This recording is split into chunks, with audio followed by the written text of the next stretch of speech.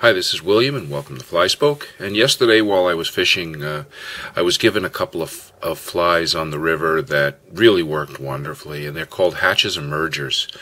And they were popularized by Dick Tallure in one of his books, and I had never seen the fly before, but used it. It took a number of different kinds of fish, including landlocked salmon. So I ran right home and figured I would learn how to tie it and now show you. The first thing I'm going to use, I'm telling you that this is a Daiichi dry fly hook.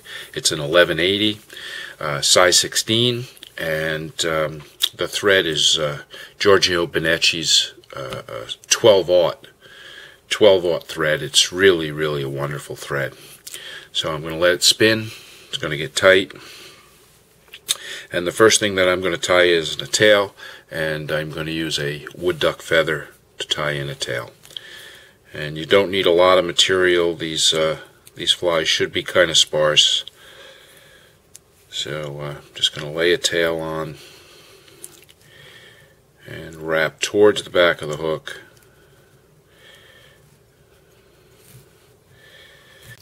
And just tie all the way till you get to the barb, or in this case, since I've removed the barb, where the barb used to be.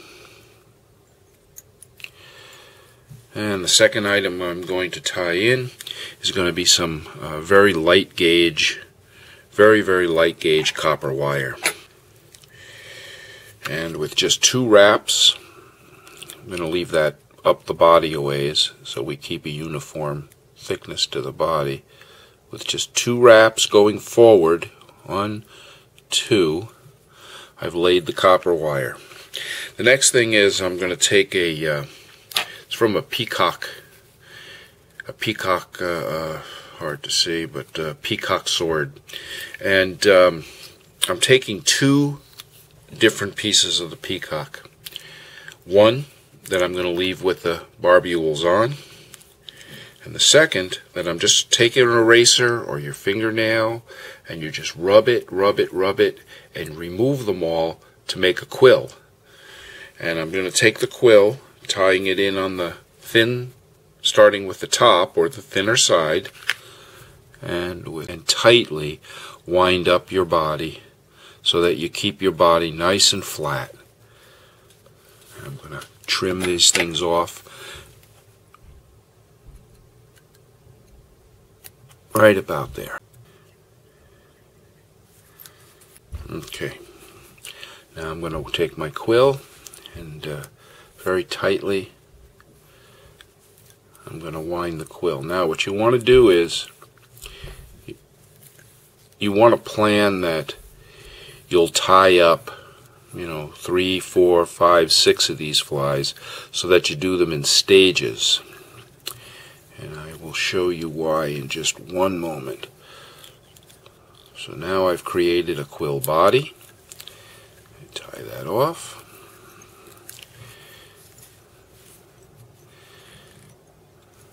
And trim.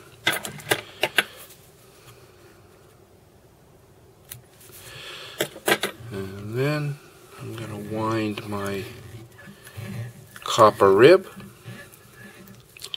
nicely spaced, not too far, not too close, maybe 4 wraps on a 16 like this, and trim.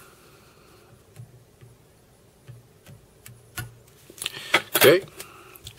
Now the reason I said you may want to do a few of these flies is because next I'm going to be taking some very thin lacquer material, and I'm going to just be putting a little bit of that on. Not too heavy, but just a little glisten to the body, and to hold that quill together. It's not the strongest material in the world. So I'm going to let that dry, and we'll come back and finish the fly. Okay, it's dry, and the next thing I'm going to be tying in is going to be that second peacock curl. And basically I'm tying this in to create a ball right behind where we're going to tie in the final feather. And we'll trim that.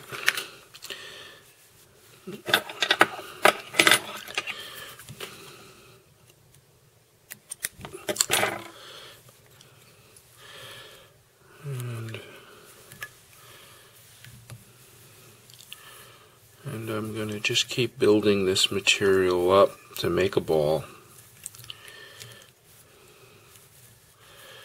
And then tie it off right there. I think you could use dubbing for that spot if you wanted, a dark dubbing.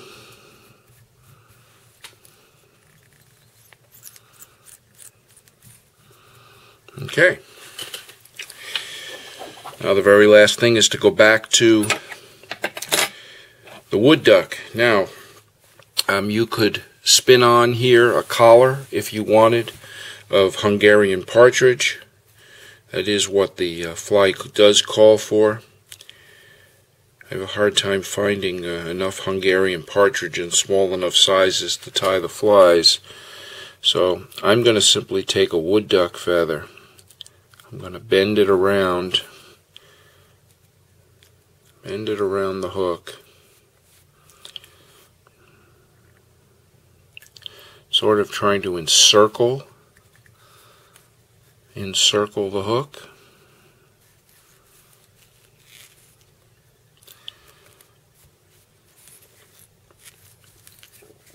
Okay, I did 4 wraps.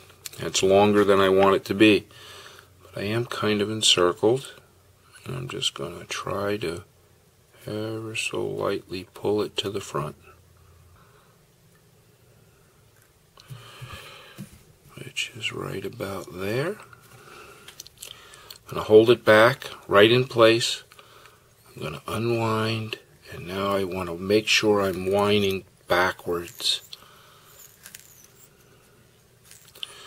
right towards into the ball.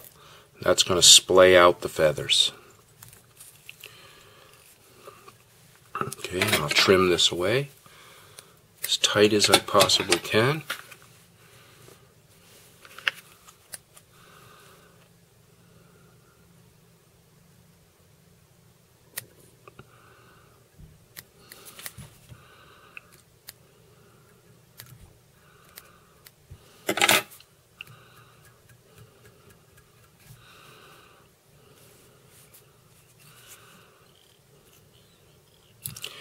Just clean that up a little bit. Okay, so now I have this area right in the front here. And now I'm going to take some, I use this material an awful lot, Ice Dub Peacock Black. It's just the perfect color. And I'm going to take the tiniest little amount, very, very small amount of this stuff. I'm going to lay that right up next to the wood duck.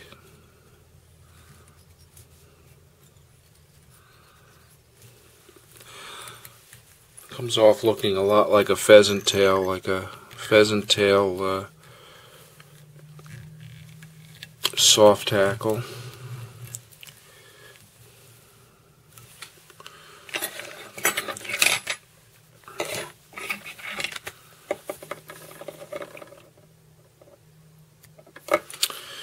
Alright, now I just go in and I try to eliminate all the longest hairs of that dubbing, trim it down.